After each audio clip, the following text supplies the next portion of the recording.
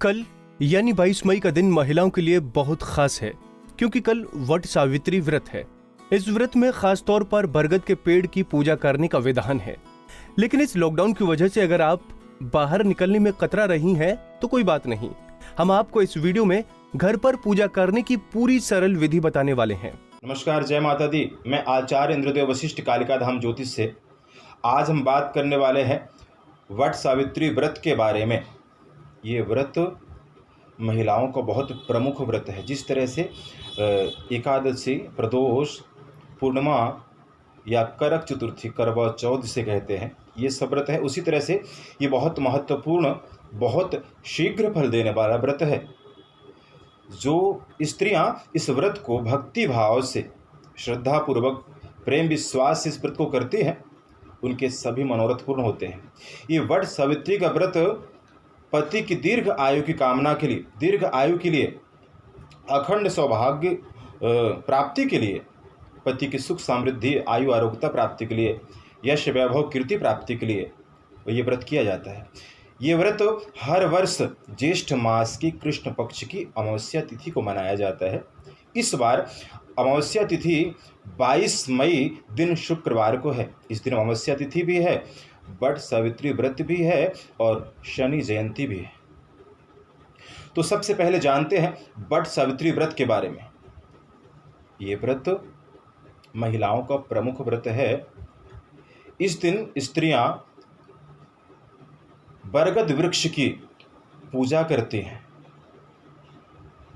पुराणिक मान्यताओं के अनुसार इस दिन, वट सावित्री व्रत वाले दिन, पूजन की सामग्रियां जैसे रौली, मौली, फूल, चावल, कुमकुम, अक्षत, दीप, फल, ऋतुफल और सूत, कच्चा सूत ले लें, उसे लाल कर लें या फिर पीला कर लें, कच्चा सूत ले जाएं, बरगद वृक्ष को, वट वृक्ष को जल अर्पण करें, अभिषेक करें। उसके बाद धूप दीप जलाकर, तिलक करके, अक्षत पुष्प चढ़ा करके, भगवान को प्रसाद अर्पण करके सती सावित्री का ध्यान पूजन करें, सत्यवान का पूजन करें, यमराज का भी साथ में ध्यान पूजन करें और अपने पति की दीर्घ आयु की कामना करें। अब वैसे तो विशेष बरगद वृक्ष का पूजन का ही विधान है इस व्रत में। सर्वव्यापी भगवान बरगद वृक्ष में ब्रह्मा, विष्णु और शिव का वास माना जाता है। लेकिन कोशिश करें, वट वृक्ष मिले, अगर वट वृक्ष ना मिले तो घर पर आप कुंभ बनाकर, कलश बनाकर आप उसका पूजन कर सकते हैं इस व्रत में, या फिर भगवान शिव की कोई प्रतिमा रख सकते हैं। ये भी ना हो सके तो आप तुलसी वृक्ष को रख करके इस व्रत का पूजन कर सकते हैं। जैसी व्यवस्था हो, इस व्रत को आप बड़े श्रद्धा भक्ति भाव से कर सकते हैं। इस व्रत के बारे में प्राचीन मान्यताओं, कथाओं के अनुसार सती सावित्री, जिनका नाम आज भी अमर है, सब जानते हैं, चाहे वो चरित्र को लेकर के ही उदाहरण दे लोग, लेकिन सती सावित्री का नाम लिया जाता है। सती सावित्री राजा अश्वपति की पुत्री थी। जब विवाह योग्य हो गई, उन्होंने सत्यवान को अपना व्रत चुना, वर चुना और सत्यवान से विवाह करने का निश्चय किया, विवाह किया। लेकिन जैसे विवाह किया तो नारद जी द्वारा भविष्यवाणी हुई, बताया गया कि सत्यवान की आयु मात्र शेष बची है, या कह ले 1 वर्ष आयु बची है केवल। तो इस बात को लेकर सती सावित्री को बहुत चिंता हुई। यहाँ तक कि सत्यवान के माता पिता ने भी कहा कि आप कोई और वर वर्ण कर लें, क्योंकि सत्यवान की तो आयु ही बहुत थोड़ी बची है। परंतु सती सावित्री ने उत्तर दिया कि मैं आर्यपुत्री हूँ, एक बार जिसे वर्ण कर लिया है तो कर लिया। इसके बाद आप सब ने शायद कथा सुनी हो, क्योंकि पूरी कथा सुनाने में बहुत समय लग सकता है, बहुत वीडियो बहुत लंबी बन सकती है। इसलिए सती सावित्री ने अपने तपस्या से, पति व्रत धर्म से, अपने सतीत्व से यमराज से अपने पति को वापस ले लिया था, वरदान मांग करके। यमराज जब उसके पति को लेने आए तो ऐसी कथाएं हैं कि सती सावित्री ने अपने तपस्या के दम पर, तप में इतनी ताकत है व्रत में इतनी ताकत है, सत्य में इतनी ताकत है कि उन्होंने वरदान से किसी न किसी तरह से यमराज से अपने पति को बचा लिया, या यूं कह ले वापस ले लिया। तो इतना प्रभाव है इस व्रत का। इसलिए जो स्त्रियां श्रद्धा विश्वास से इस व्रत को करती हैं, उनके सभी मनोकामनाएं पूर्ण होते हैं।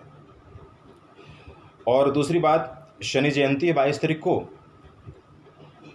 तो शनि महाराज को आस्था के हिसाब से अगर हम बात करें तो उन्हें देवता कहा जाता है। ज्योतिष में उन्हें बहुत महत्वपूर्ण स्थान दिया गया है। शनि ग्रह को क्रूर ग्रह भी कहा गया है, परंतु आपके पास ये शुभ अवसर है, बहुत अच्छा मुहूर्त है, बहुत प्रबल योग है। किसी शुभ मुहूर्त पर, किसी पर्व पर अगर आप थोड़ा सा भी कुछ उपाय या कुछ मंत्र जाप या कुछ करते हैं तो उसका अनन्य फल, बहुत फल प्राप्त होता है। तो इस दिन आप शनि महाराज का पूजन कर सकते हैं। मंदिर वगैरह विश्राम स्थिति है लॉकडाउन में, तो आप घर पर ही शनि चालीसा, शनि स्तुति का पाठ, या फिर गरीबों की मदद, और मुमकिन हो अगर घर के आसपास व्यवस्था हो तो आप कम से कम 9 दीपक तेल की पीपल वृक्ष के पास जगाएं। अगर आप शनि के दोषों से किसी प्रकार से पीड़ित हैं तो आप ये छोटे मोटे उपाय कर सकते हैं। और अगर आप कुछ ज़्यादा अच्छा करना चाहते हैं तो कम से कम 11 या फिर 21 ज़रूरतमंद को, दिव्यांग को या फिर किसी गरीब को भोजन ग्रहण कराएं। काले रंग की वस्त्र या चप्पल आदि उन्हें दान करें।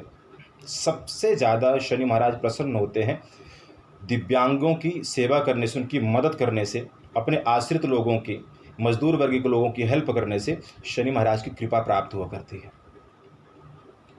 तो ये दोनों चीज़ें 22 मई दिन शुक्रवार को बहुत शुभ संयोग के साथ है।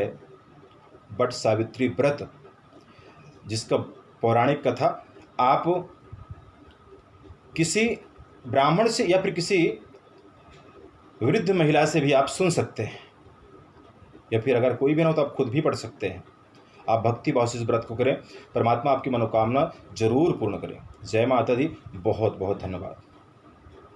अगर आप इस विधि को अपनाते हुए पूजा करेंगे तो आपको वट सावित्री व्रत का पूरा लाभ मिलेगा। साथ ही आपके पति की उम्र भी लंबी होगी। कुंडली टीवी डेस्क से दीक्षा गुप्ता की रिपोर्ट। इसी तरह की और भी जानकारी लेने के लिए हमारे चैनल को सब्सक्राइब करें और नई वीडियो की नोटिफिकेशन के लिए बेल आइकॉन दबाएं। अगर आप ये वीडियो फेसबुक पर देख रहे हैं तो वीडियो को लाइक और शेयर करें।